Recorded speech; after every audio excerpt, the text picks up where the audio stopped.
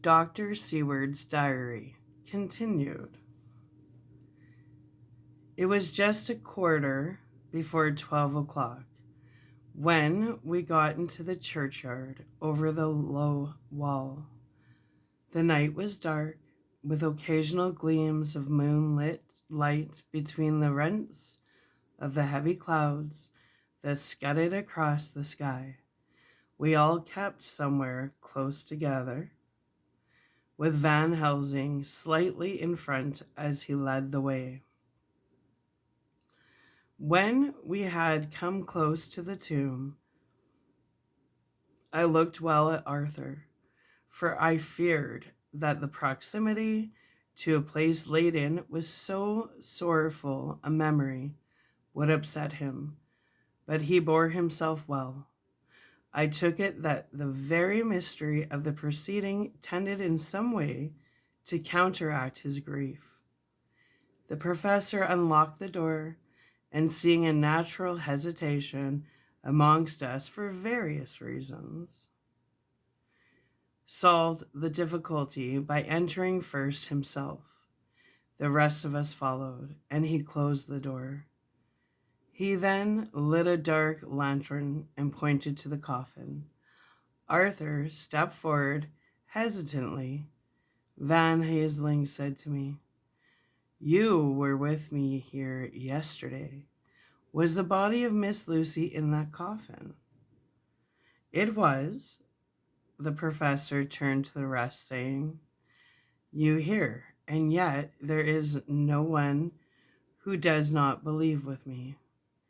He took his screwdriver and again took off the lid of the coffin. Arthur looked on, very pale but silent. When the lid was removed, he stepped forward. He evidently did not know that there was a leaden coffin, or, at any rate, had not thought of it. When he saw that a rent in the lead, the blood rushed to his face for an instant, but as quickly fell away again, so that he remained of a ghastly whiteness. He was still silent. Van Helsing forced back the leaden flange, and we all looked in and recoiled. The coffin was empty. For several moments, no one spoke a word. The silence was broken by Quincy Morris. "Professor, I answered for you. Your word is all I want. I wouldn't ask such a thing ordinarily. I wouldn't so dishonor you as to imply a doubt. But this is a mystery that goes beyond any honor or dishonor. Is this your doing?" "I swear to you by all that I hold sacred that I have not removed nor touched her. What happened was this. 2 nights ago, my friend."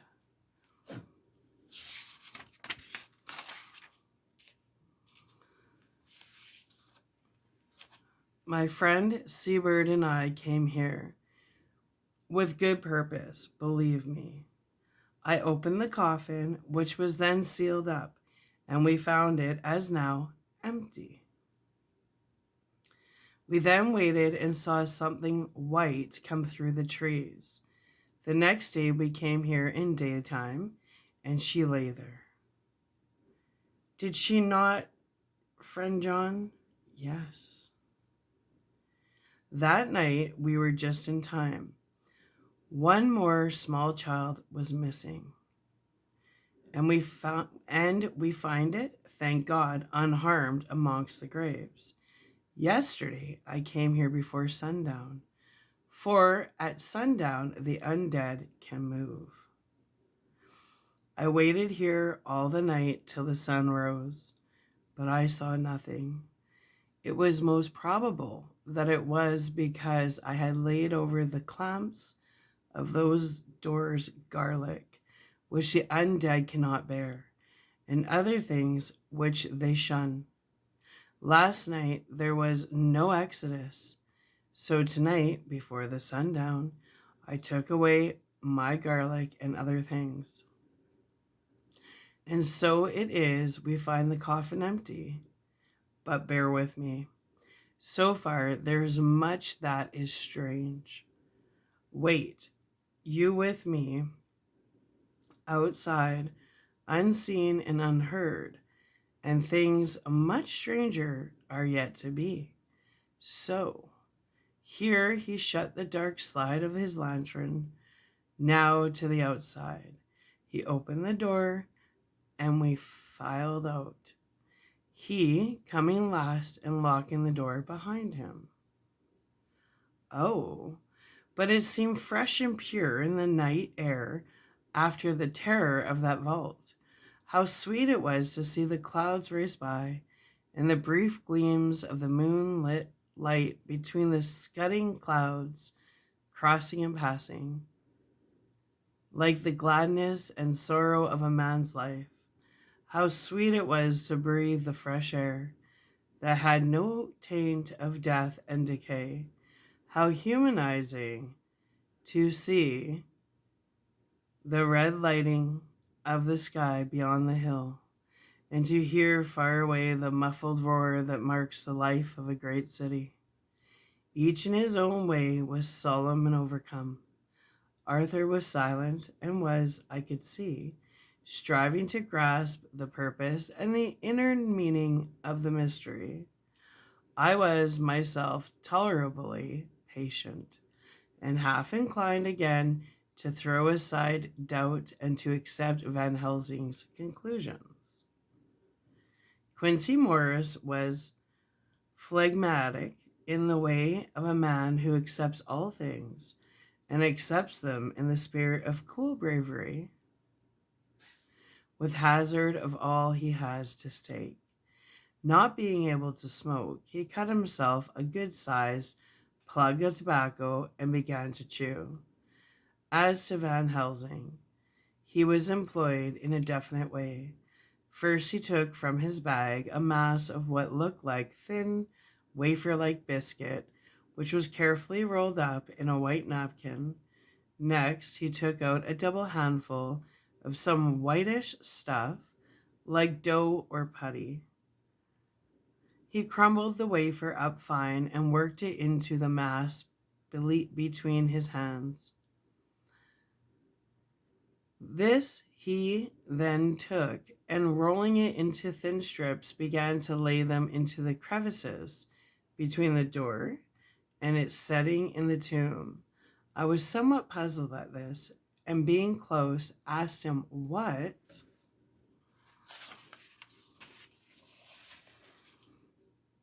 it was that he was doing. Arthur and Quincy drew near also, as they too were curious. He answered, I am closing the tomb, so that the undead may not enter. And is that stuff you have put there going to do it? Asked Quincy. Great Scott, is this a game? It is. What is that which you are using? This time the question was by Arthur. Van Helsing reverently lifted his hat as he answered, The host. I brought it from Amsterdam.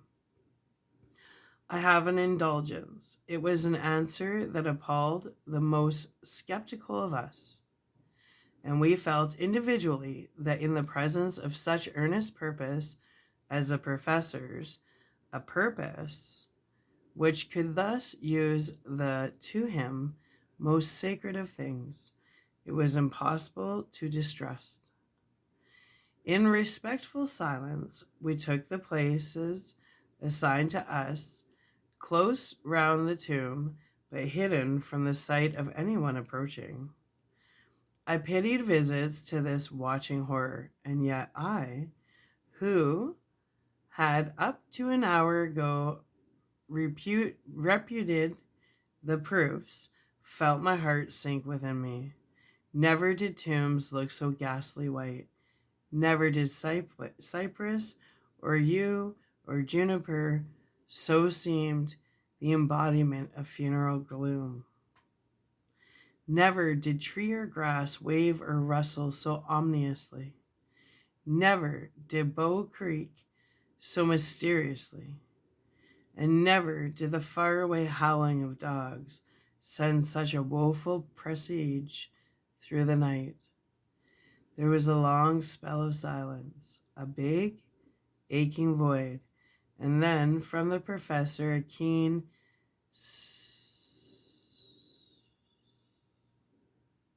he pointed, and far down the avenue of yews we saw a white figure advance, a dim white figure, which held something dark at its breast. The figure stopped, and at the moment of very startling prominence, a dark-haired woman dressed in the cerements of the grave. We could not see the face, for it was bent down over what we saw to be a fair-haired child. There was a pause and a sharp little cry, such as a child gives in sleep, or a dog as it lays before the fire and dreams. We were starting forward, but the professor's warning had seen by us as he stood behind a yew tree. Keep us back. And then, as we looked, the white figure moved forward again. It was now near enough for us to see clearly, and the moonlight still held. My own heart grew cold as ice, and I could hear the gasp of Arthur as we recognized the features of Lucy Westenra. Lucy Westenra, but yet how changed. The sweetness was turned to adamantine, heartless cruelty, and the purity to voluptuous wantonness. Van Helsing stepped out, and obedient to his gesture, we all advanced too. The four of us ranged in a line before the door of the tomb. Van Helsing raised his lantern and drew the slide. By the concentrated light that fell,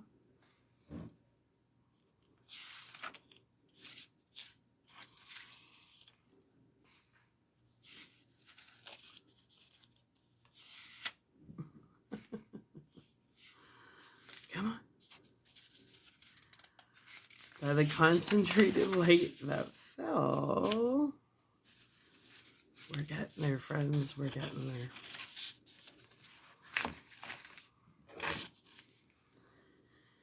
On Lucy's face, we could see that the lips were crimson and full of blood, and that the stream had trickled over her chin and stained the purity of her lawn death robe. We shuddered with horror. I could see by the tremulous light that even Van Helsing's iron nerve had failed. Arthur was next to me, and if I had not seized his arm and held him up, he would have fallen. When Lucy, I called the thing that was before us Lucy, because it bore her shape, saw us, she drew back with an angry snarl, such as a cat gives when taken unawares. Then her eyes ranged over us.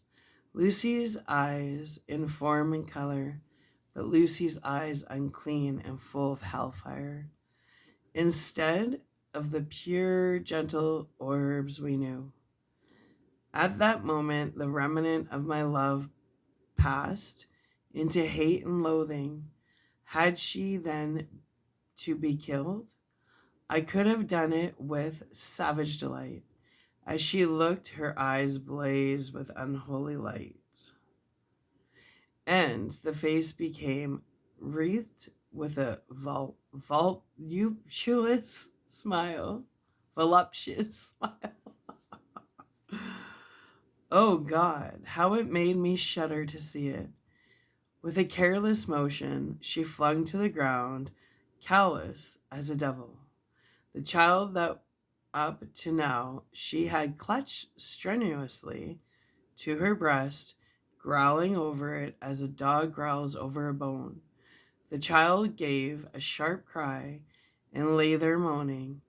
There was a cold-bloodedness in the act which wrung a groan from Arthur when she advanced to him with outstretched arms and wanton smile. He fell back and hid his face in his hands. She still advanced, however, and with a languorous, voluptuous grace said, "Come to me, Arthur. Leave those others and come to me. My arms are hungry for you. Come, and we can rest together. Come, my husband, come." There was something diabolically sweet in her tones, something of the tingling of glass when struck, which rang through the brains even of us who heard the words addressed to another. As for Arthur, he seemed under a spell. Moving his hands from his face, he opened wide his arms. She was leaping for them when Van Helsing sprung forward and held between them his little golden crucifix. She recoiled from it, and with a suddenly distorted face, full of rage, dashed past him as if to enter the tomb. When within a foot or two of the door, however, she stopped as if arrested by some irresistible force. Then she turned, and her face was shown in the clear burst of moonlight, and by the lamp, which had now no quiver from Van Helsing's iron nerves. Never did I see such baffled malice on a face, and never, I trust, shall such ever be seen again by mortal eyes. The beautiful color became livid. The eyes seemed to throw out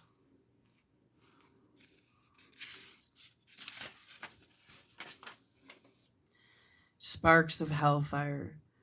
The brows were wrinkled as though the folds of the flesh were the coils of Medusa's snakes, and the lovely blood-stained mouth grew to an open square, as in the passion marks of the Greeks and Japanese. If ever a face meant death, if looks could kill, we saw it at that moment. And so for full half a minute, which seemed an eternity, she remained between the lifted crucifix and the sacred closing of her means of entry. Van Helsing broke the silence by asking Arthur, "Answer me, O my friend. Am I to proceed in my work?" Arthur threw himself on his knees and hid his face in his hands as he answered, "Do as you will, friend. Do as you will. There can be no horror like this ever any more." And he groaned in spirit. Quincy and I simultaneously moved towards him and took his arms. We could hear the click of he began to remove from the chinks. Sorry, let's say that again. "Do as you will, friend, do as you will. There can be no horror like this evermore." And he groaned in spirit. Quincy and I simultaneously moved towards him, and he took his arms. We could hear the click of the closing lantern as Van Helsing held it down. Coming close to the tomb, he began to remove the chinks some of the sacred emblem which he had placed there. We all looked on in horrid amazement as we saw, when he stood back, the woman with a corporeal body as real as the moment as have gone, as real as the moment as our own, pass in through the interstice where scarce a knife blade could have gone. We all felt a glad sense of relief. when we saw the professor calmly restoring the strings of putty to the edges of the door. When this was done, he lifted the child and said, "Come now, my friends, we can do more till tomorrow. There is a funeral at noon, so here we shall all come before long after that. The friends of the dead will all be gone by 2, and when the sexton lock the gate, we shall remain. Then there is more to do, but not like this of night he shall be well. We shall leave him where the police will find him, as on the other night, and then to come." Coming close to Arthur, he said, "My friend Arthur, you have had sore trial, but after, when you will look back, you will see how it was necessary. You are now in the bitter waters, my child. By this time tomorrow, you will, please God, have passed them, and have drunk of the sweet waters, so do not mourn over much. Till then, I shall not ask you to forgive me." Arthur and Quincy came home with me, and we tried to cheer each other on the way. We had left the child in safety, and we were tired, so we all slept with more or less reality of sleep. 29th of September, night. A little before 12 o'clock, we 3, Arthur, Quincy Morris, and myself, called for the professor. It was odd to notice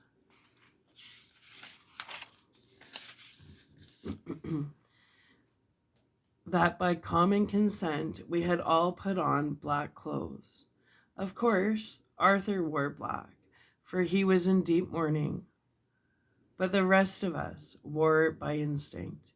We got to the churchyard by 1:30 and strolled about, keeping out of official observation, so that when the grave diggers had completed their task, and the sexton, under the belief that everyone had gone, had locked the gate, we had the place all to ourselves.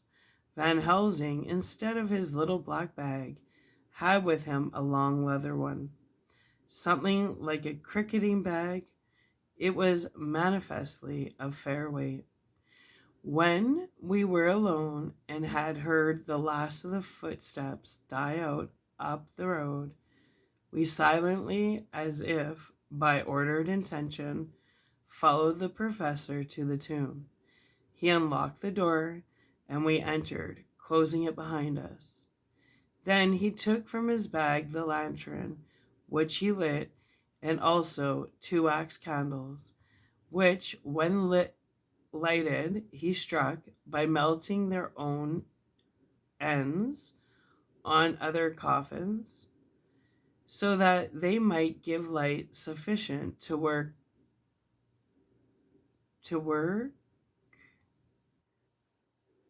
by when what the heck melting their own ends on the other coffins, so that they might give light sufficient to work by.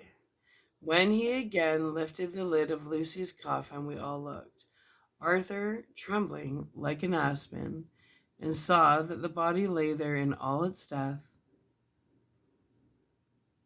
beauty. But there was no love in my own heart, nothing but loathing for the foul thing which had taken Lucy's shape without her soul.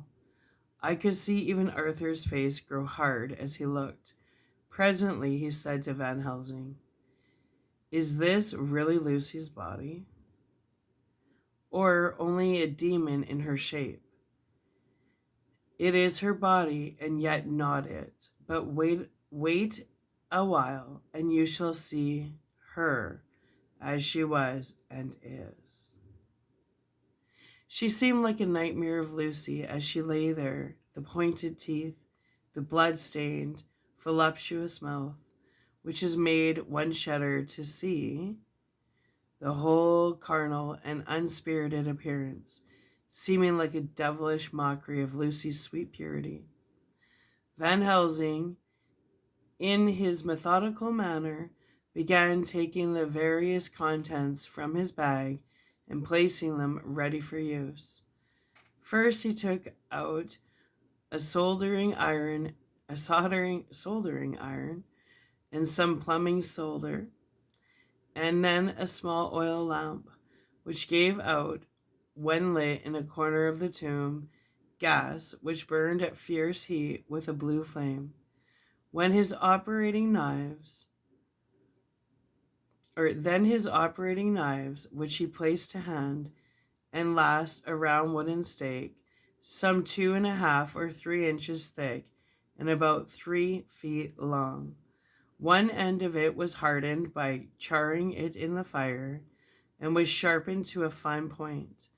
With this stake came a heavy hammer, such as a household is used in the coal cellar for breaking the lumps.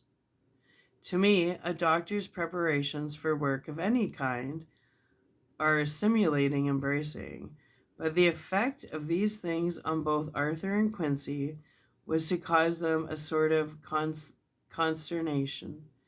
They both, however, kept their courage and remained silent and quiet.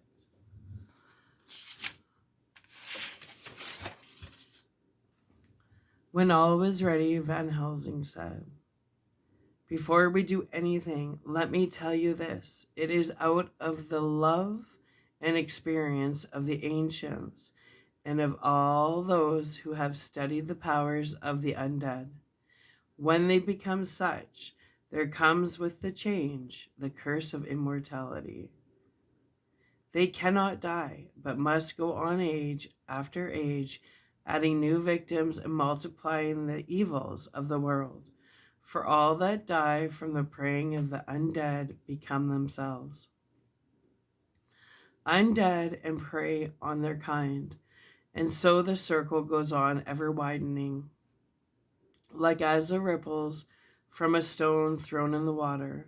Friend Arthur, if you had met that kiss which you know of before poor Lucy died, or again last night, when you opened your arms to her, you would in time, when you had died, have become Nosferatu, as they call it in Eastern Europe, and would all time make more of those undeads that so have filled us with horror. The career of this so unhappy dear lady is but just begun. Those children whose blood she sucked are not as yet so much the worse. But if she lives on, undead more and more they lose their blood, and by her power over them they come to her, and so she draw their blood with that so wicked mouth. But if she die in truth, then all cease. The tiny wounds of their throats disappear, and they go back to their plays unknowing ever of what has been. But of the most blessed of all, when this now undead be made to rest as true dead, then the soul of the poor lady whom we love shall again be free. Instead of working wickedness by night and growing more debased in the assimilation of it by day, she shall take her place with the other angels, so that, my friend, it will be blessed and hand for her that shall strike the blow that sets her free. To this I am willing, but is there none amongst us who has a better right? Will it be no joy to think of hereafter, in the silence of the night when sleep is not? It was my hand that sent her to the stars. It was the hand of him that loved her best, the hand that of all she would herself have chosen, had it been to her to choose. Tell me if there be such a one amongst us. We all looked at Arthur. He saw it too, that we all did. The infinite kindness was suggested that he should be the hand which would restore Lucy to us as a holy and not an unholy memory. He stepped forward and said bravely, though his hand trembled, and his face was as pale as snow. My true friend, from the bottom of my broken heart, I thank you. Tell me what I am to do, and I shall not falter. Van Helsing laid a hand on his shoulder and said, Brave lad. A moment's courage, and it is done. The stake must be driven through her. It will be a fearful ordeal, but not deceived in that.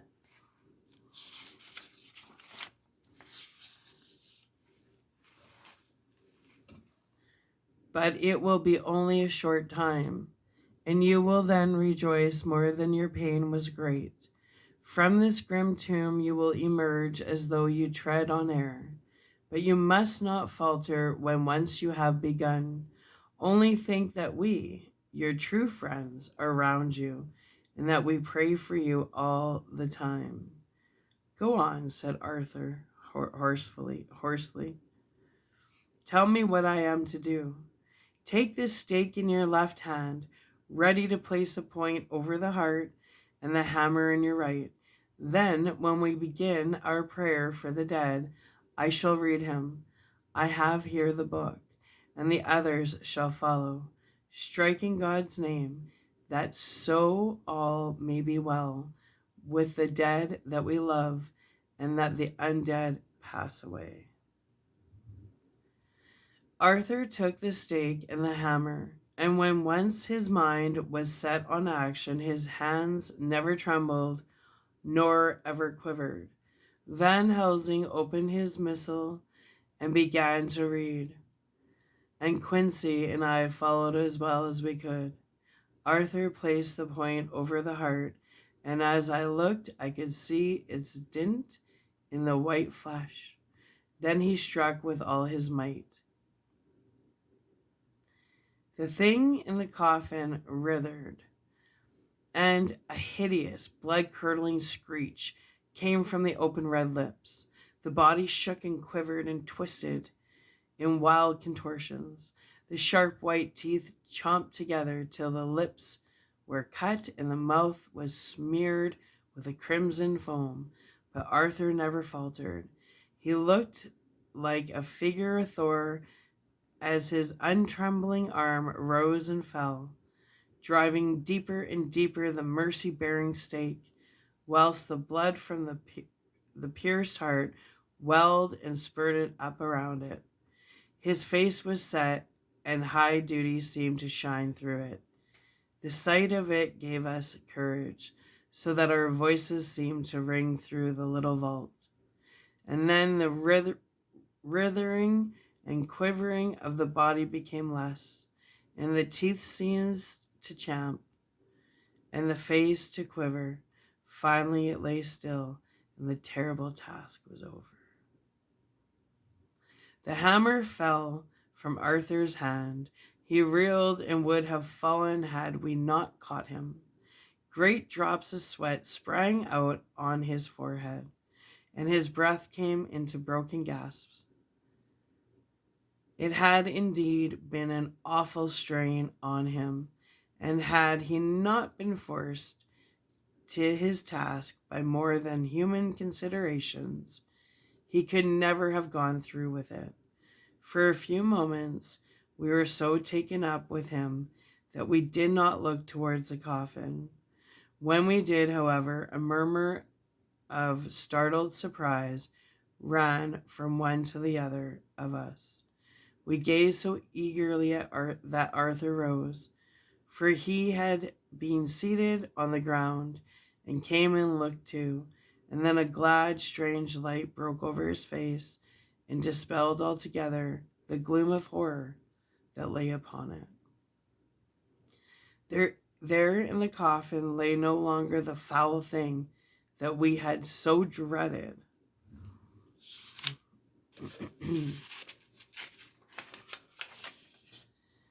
And grown to hate, that the work of her destruction was yielded as a privilege to the one best entitled to it.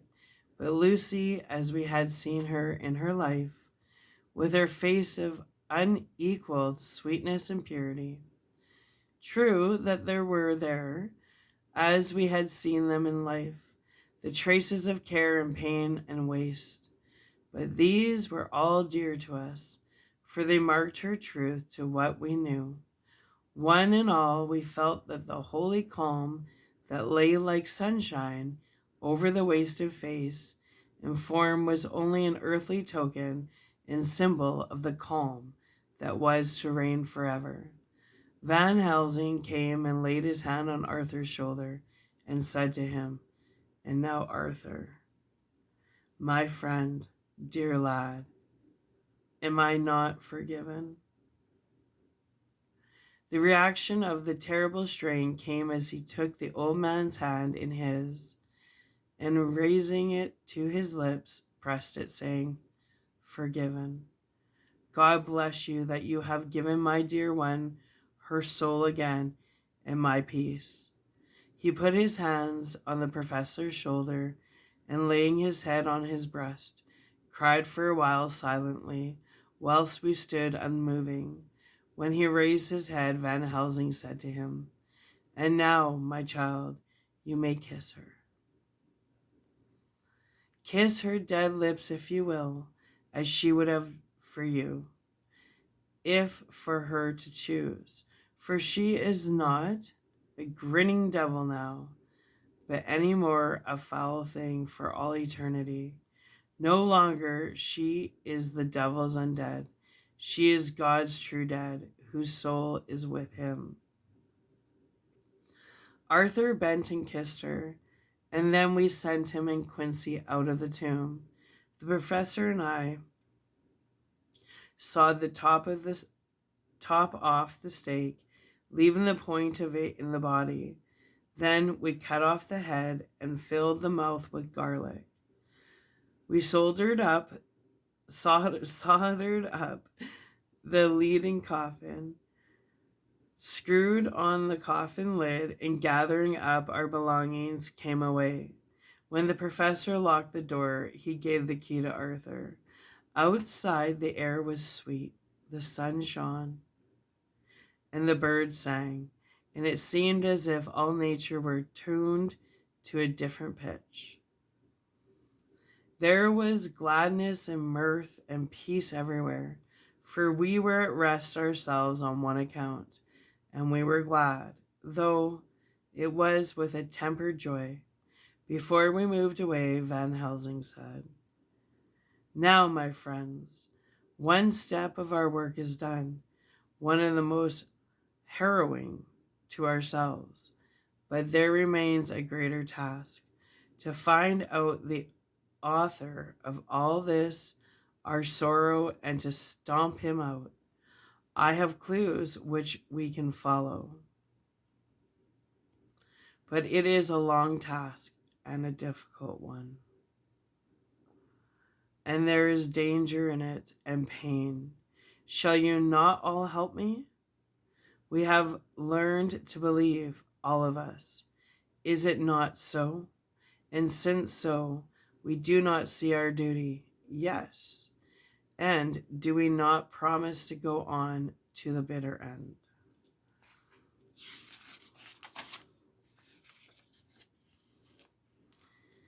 Each in turn we took his head and the promise we made.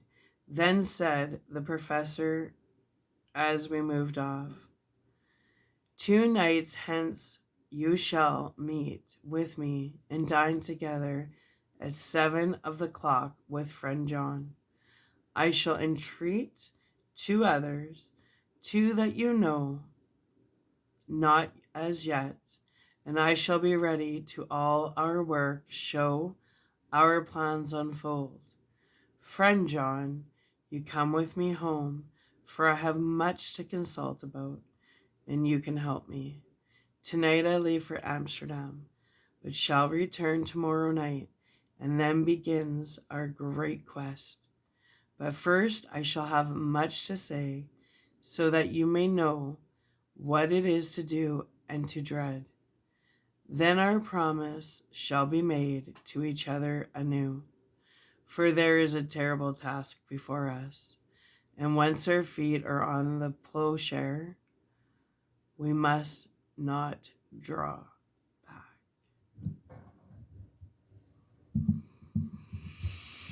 Hmm.